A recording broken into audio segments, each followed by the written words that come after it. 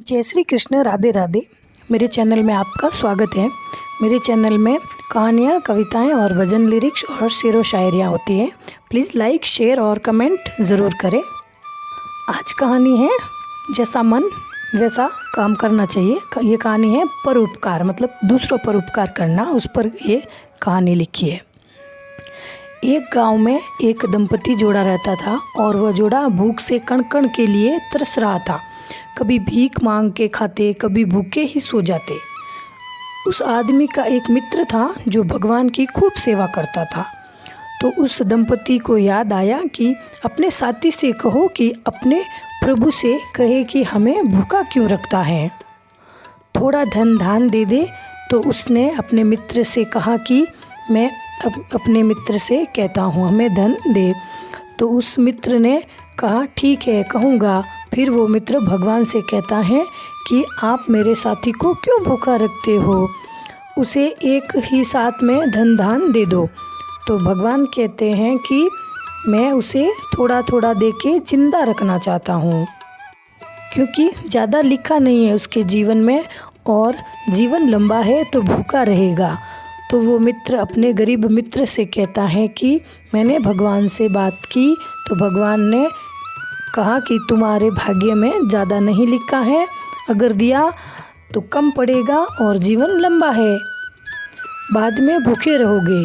तो वो वापस कहता है कि कह दे तेरे भगवान से मुझे तिल तिल करके नहीं मरना, एक बार ही ज़्यादा दे दो तो मैं तेरे भगवान या मार दे, मैं ये कह दे, या मार दे, मैं तैयार हूँ, ये कह दे। फिर वो दोस्त सेम बात अपने साथी की प्रभु से कह देता है। तो प्रभु कहते हैं ठीक है मैं दे दूँगा, पर वो भोजन जल्दी ख़त्म हो जाएगा, फिर वो भूखा मरेगा, उसका जीवन लंबा है और कर्म में भोजन कम लिखा है, धन कम लिखा है, तो वो बोल दो, पर दे दो, जो होगा देखा जाएगा। फिर प्रभु ने दिया तो वो भोजन अकेला नहीं करता था, अपनी बीवी और जो भी कोई भूखा इंसान आता उसे भी वह भोजन कराता। खुद की चिंता नहीं करता कि भोजन कम पड़ जाएगा। ऐसे रोज चलता रहा तो और 2-4 महीने बीत गए। वो दोस्त आया, देखा कि इसके पास तो इतना कुछ हो गया, भगवान ने तो थोड़ा ही दिया था, अच्छा घर, इतना भोजन और इतने लोग को भोजन कराता है।